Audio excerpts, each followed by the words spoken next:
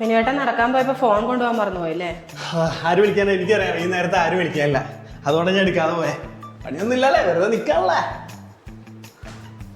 ആ അതൊക്കെ അവിടെ നിൽക്കട്ടെ. ആരാണ് ഈ ശിക്കാരി ശംഭു? ശിക്കാരി ശംഭു അത് പണ്ട് ബാലരമയിലൊക്കെ ഉണ്ടായിരുന്ന ഒരു കാർട്ടൂണാ. ഭയങ്കര കോമഡിയാണ് അച്ഛൻ, ചിരിച്ചു മതിയാവും. അതല്ല, നിങ്ങളുടെ ഫോണിൽ സേവ് ചെയ്ത് വെച്ചിരിക്കുന്ന ഡി ശിക്കാരി ശംഭു. എന്റെ ഫോണിൽ സേവ് ചെയ്തിട്ടുള്ള ശിക്കാരി ശംഭുവോ? ഡി ശിക്കാരി ശംഭു? അതെന്റെ ഒരു അകന്ന ബന്ധമാണ്, നിനക്ക് പറഞ്ഞാൽ മനസ്സിലാവും. നീ പോയി ചായ എടുത്ത്.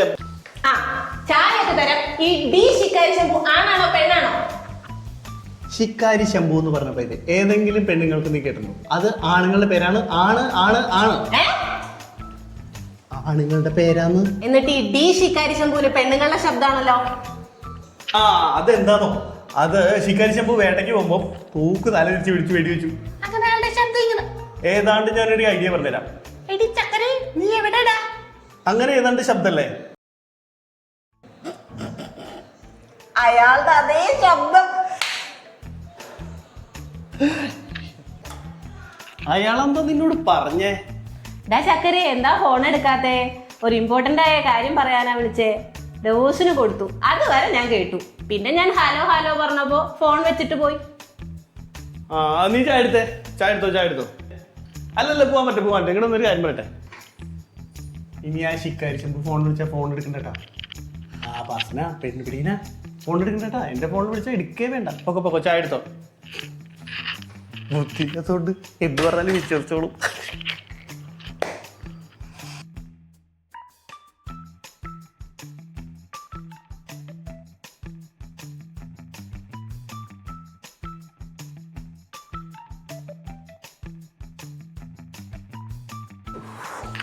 പാസ്വേഡൊക്കെ മാറ്റേണ്ടി വരും. ഇവളിപ്പോ എന്തിനാ? അല്ല, നീ എവിടേക്ക് ഈ പായം തലയിലേക്ക് എടുത്തിട്ട്?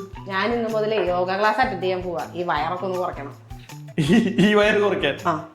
അല്ല, ഇവിടെ ചെയ്തപ്പോ എന്തിനാ പുറത്തേക്ക് പോണേ? അത് പറ്റില്ല. പ്രകൃതിയോട് ഇണങ്ങി വേണം യോഗ ചെയ്യാന്ന് യോഗാചാരി പറഞ്ഞിട്ടുണ്ട്. യോഗാചാരി അല്ല, യോഗാചാര്യൻ. ആരായാലും എന്താ, എന്റെ ഈ വയറൊന്ന് കുറഞ്ഞാൽ മതി. പിന്നെ 1 മണിക്കൂർ നേരത്തേക്ക് എന്നെ വിളിക്കരുത്. ഫുഡ് താഴെ മേശപ്പുറത്തിരിക്കുന്നുണ്ട്. 1 മണിക്കൂർ നിന്റെ ശല്യം ഉണ്ടാവില്ല? അല്ല, 1 മണിക്കൂർ നീ ഇവിടെ ഉണ്ടാവില്ല? 1 മണിക്കൂറാണോ യോഗ? ഓക്കെ, പോയിട്ട് വാ. പിന്നെ ഒരു കാര്യം, യോഗ ചെയ്യണതും പ്രകൃതിയോട് ഇണങ്ങി ജീവിക്കുന്നതൊക്കെ കൊള്ളാം. ആ തെങ്ങിന്റെ താഴത്ത് പോയിരുന്നു തലയിൽ തേങ്ങയും പട്ടയും വീഴ്ത്തരുത്. അത് വീഴാറായി നിൽക്കുക. ഓക്കെ. യോഗ ക്ലാസ്സിലേക്ക് സ്വാഗതം. ശിഷ്യഗണങ്ങളെ, ആദ്യമായി കുക്കുടാസനം.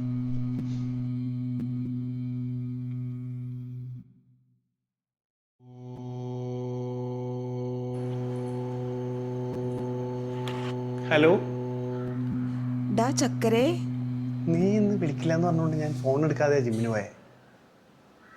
എന്തായിരുന്നു ഇത്ര അത്യാവശ്യം?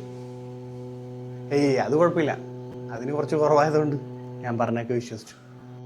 നീ എന്താ എന്റെ പേര് സേവ് ചെയ്തിരിക്കുന്നേ? അത് നിന്റെ അച്ഛൻ്റെ ഇരട്ട പേര്, Shikkari Shambhu. The Shikkari Shambhu, doctor of Shikkari Shambhu. മന്ദബുദ്ധിക്കൊന്നും മനസ്സിലായില്ല.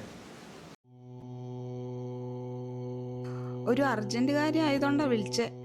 ഡിവോഴ്സിന് കൊടുക്കാൻ തീരുമാനിച്ചു. എടി, നീ ചാടിക്കൊരു തീരുമാനം എടുക്കല്ലേ. ഡിവോഴ്സ് ഒന്നും കുട്ടിക്കളിയല്ല. ഇപ്പൊ അച്ഛൻ വിളിച്ചിരുന്നു, എന്തിനും കൂടെ ഉണ്ടാവാന്നാ പറഞ്ഞേ. അവരൊക്കെ അത് പറയും, കാര്യം വരുമ്പോ നീ മാത്രമേ ഉണ്ടാവുള്ളൂ. നീ ഉണ്ടാവില്ലേടാ ചക്കരെ എന്റെ കൂടെ? അന്ന് ഞാൻ പറഞ്ഞല്ലേ നിന്റെ അടുത്ത് എന്റെ കൂടെ ഇറങ്ങി വരാൻ. അന്ന് നിനക്ക് നിന്റെ അച്ഛനാ വലുത്.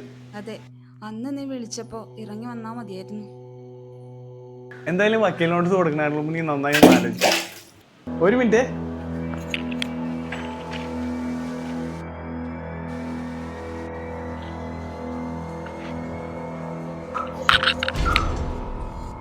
തേങ്ങ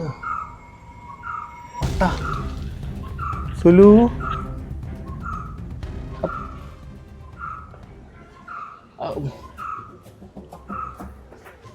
ഹലോ, നീ ഡിവോഴ്സ് ഫയൽ ചെയ്തോ? പെട്ടെന്ന് തന്നെ ഫയൽ ചെയ്തോ? ഇന്ന് തന്നെ ഫയൽ ചെയ്തോ? തെങ്ങ് ചതിക്കില്ല എന്ന് പറയണത് വെറുതെ അല്ല. ആളൂരിനെ തന്നെ എത്രയും പെട്ടെന്ന് ഡിവോഴ്സ് വാങ്ങിച്ചോ. ഇവിടുത്തെ കാര്യങ്ങളൊക്കെ ഒരു തീരുമാനമായി. ശിഷ്യഗണങ്ങളെ, ഇനി നിങ്ങൾക്ക് ശവാസനത്തിൽ നിന്നും മുക്തരാവാം. ഇതുപോലെ ഇത്രയും സമയം ശ്വാസം എടുക്കാതെ കണ്ണടച്ച് കിടക്കാൻ നിങ്ങൾക്ക് കഴിഞ്ഞെങ്കിൽ നിങ്ങൾ പൂർണ്ണ ആരോഗ്യമുള്ളവരാണ്. അടുത്ത ആസനത്തിലേക്ക് കടക്കാം. എടി, ഡിവോഴ്സ് കൊടുക്കാൻ വരട്ടെ. ഡിവോഴ്സ് ഒന്നും അത്ര നല്ല കാര്യങ്ങളല്ല.